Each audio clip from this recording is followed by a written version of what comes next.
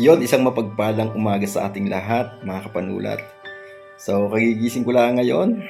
Ngayon ay araw ng linggo, araw ng Panginoon. At tulad ng aking pangako sa inyo ay itatanghal natin ay ang buhay ng isang dating OFW. At alam natin na lahat ng mga kababayan natin ay nangangarap na makaon sa hirap. Kung kaya naman nagdidesisyong may ibang bansa sa pag-asang ito magiging daan upang makamit ang mga pangarap sa buhay, lalo't higit mabigyan ng magandang bukas ang mga anak. Pero kakaiba yung nangyari sa isang kababayan natin na itatanghal sa ngayon. Isang ina na nangarap para sa mga anak at sa pamilya na makaahon sa hirap ng buhay. Pero panoorin natin kung ano ang nangyari at sinambit niya sa banyagang bansa na kanyang napuntahan. Ngayon ay itatanghal natin dito lamang sa pahina ng Mahiwagang Panulat. At syempre ho, ayan, patuloy natin hong tangkilikin at i-follow ang Facebook ho ng aking darling at ang kanyang mga parils. So, salamat ho sa aking misi sa patuloy na magsuporta sa ating pahina ng Mahiwagang Panulat. So, ngayon, hindi ko na ho patatagalin pa. Tunghayan po natin, mga kapanulat, ang ika-6 na pahina na pinamagatan nating Anino ng Hapon. Panoorin po natin, mga kapanulat.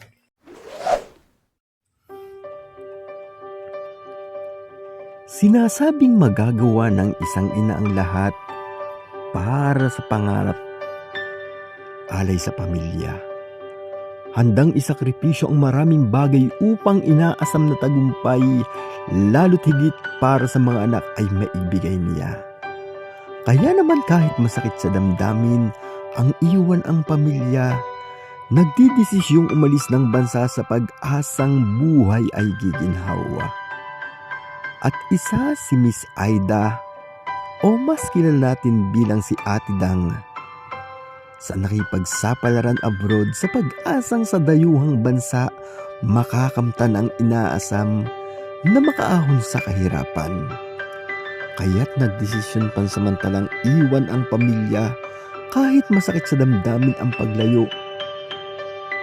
Bilang isang ina, titiisin para sa magandang kinabukasang inaasam niya.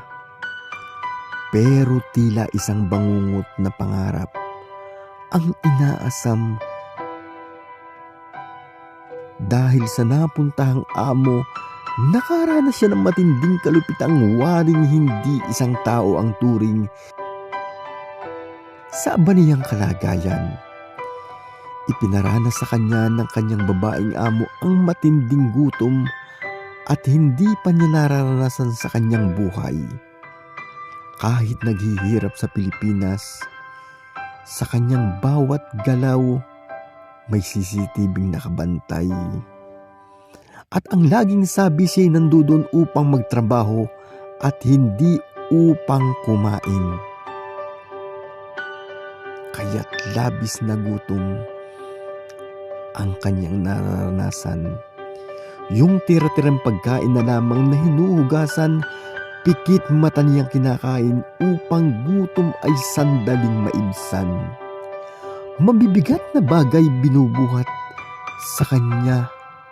Mabibigat na bagay pinabubuhat sa kanya na daig pa ang trabaho ng isang hayop na walang halaga. Yung tangi na lamang niyang magagaway tumangi sa hirap na nararamdaman at padaluyin ang luha sa pag-asang sakit sa damdami saglit na maiibsan. Habang hirap na siya sa kanyang karamdaman, pinipilit pa rin ng nanghihina niyang katawan ang magtrabaho at alipin ang turing sa kanya. Halos 2 oras lamang ang kanyang naitutulog. At mabibigat na trabaho ang ipinagagawa kung saan hindi siya pinapakain dahil pumunta daw siya doon. Hindi para kumain, kundi ang magtrabaho. Kaya't upang maibsan ang gutom ay naninimot sa mga basurahan ng tira-tirang pagkain na pwedeng maging daan upang maibsan ang labis niyang gutom. At kahit ang tubig si Enidoro ay pikit mata niyang iniinom upang maibsan lamang ang labis niyang uhaw. Halos sa bawat minutong nagdadaan ay tila kandila siyang nauupos at naghihintay na lamang nang mamatay ang liwanag. At sa bawat sandali ay ang pagsisisi kung bakit pa niya iniwan ang bansang Pilipinas. Dahil ang gantong sitwasyon ay hindi niya nararanasan. Kahit sa sariling bansa, siya naghihirap. Sa ginagawang labis na pagmamaltrato sa kanya, ang salitang pag-ibig sa pagkakataong iyon ay hindi na niya alam kung ano ang tunay na kahulugan. Sa nanghihina at halos butot balat na niyang katawan at mabibigat na pasaning pinapabuhat, dumating sa punto ng kanyang buhay na sumusuka na siya ng dugo at hindi nakakayanin ang hirap at pighating pinagdaraanan. At ang tangi na lamang niyang magagawa ay ang padaluyin ang luha sa kanyang mga mata. Dahil sa sobrang hirap na nararanasan at hindi niya batid kung buhay pa siyang makakauwi sa sariling bayan at may pag-asa pa kayang masilayan ang kanyang minamahal na pamilya. Hanggang sa tuluyan ng bumigay ang kanyang katawan sa labis na pagsusuka ng dugo kung saan siya na-diagnose na may bleeding peptic ulcer. Binalik siya sa kanyang agency at pinagbabayad pa ng 300,000 kung saan sa mga pagkakataong iyon walang-wala siya dahil hindi siya pinapasweldo simula't sa pool nang siya'y magtrabaho.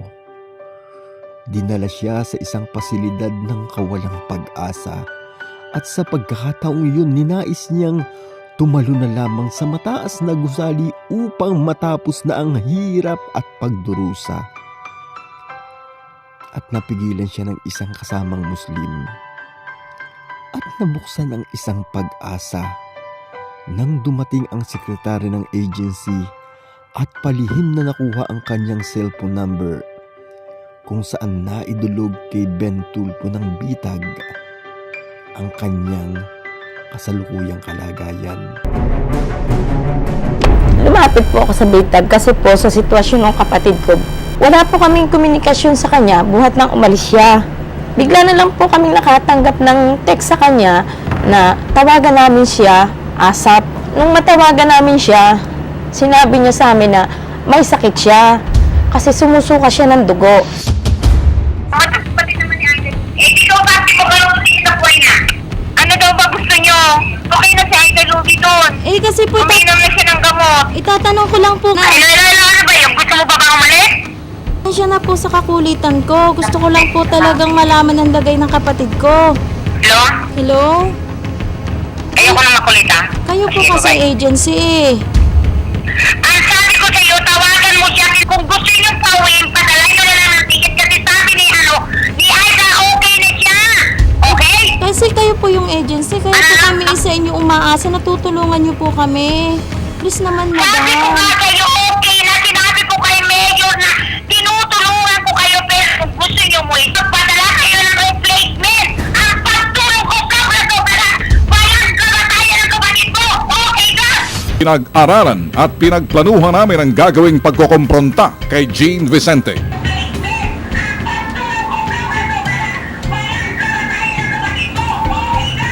Bukas bibisitahin natin, bibitagin natin, mag-undercover muna, magpapadala muna ng isang tao, kunyari magtatanong, sisiguraduhin nandyan siya, tsaka tayo papasok.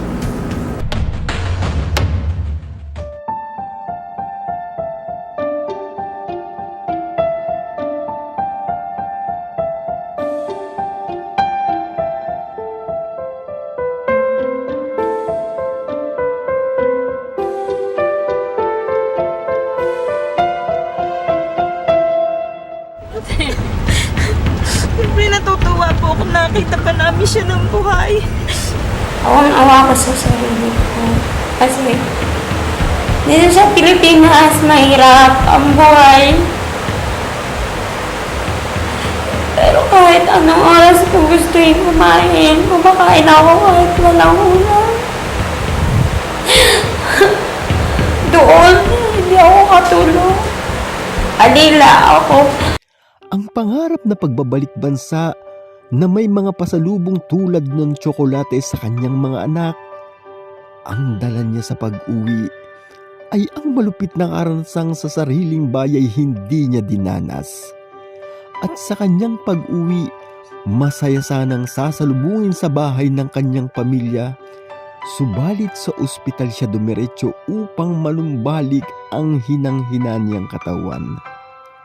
Ang naging buhay ni Miss Dang Torres abroad ay ilan lamang naaabusong mga kababaihan sa ibang bansa na sa hangad na pangarap bangungot kinahahantungan.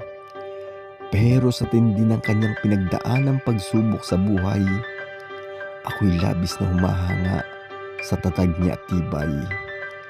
Ang lahat ng ito'y bahagi na lamang ng madilim na kahapon ng kanyang buhay. At sa ngayon siya'y patuloy na nagsisikap dito sa sariling bayan. Sa pagsapit ng pandemya ay marami siyang natulungan kahit hindi nilisan ang bayang tinubuan. Patuloy na nagsisikap sa gabay ng Diyos, hinaharap ang buhay sa ngayon at nilimot ng tuluyan ang mapait na anino ng kahapon. Isang mapagpalang araw sa ating lahat, mga kapanulat. Tanging sa Diyos ang kapurihan.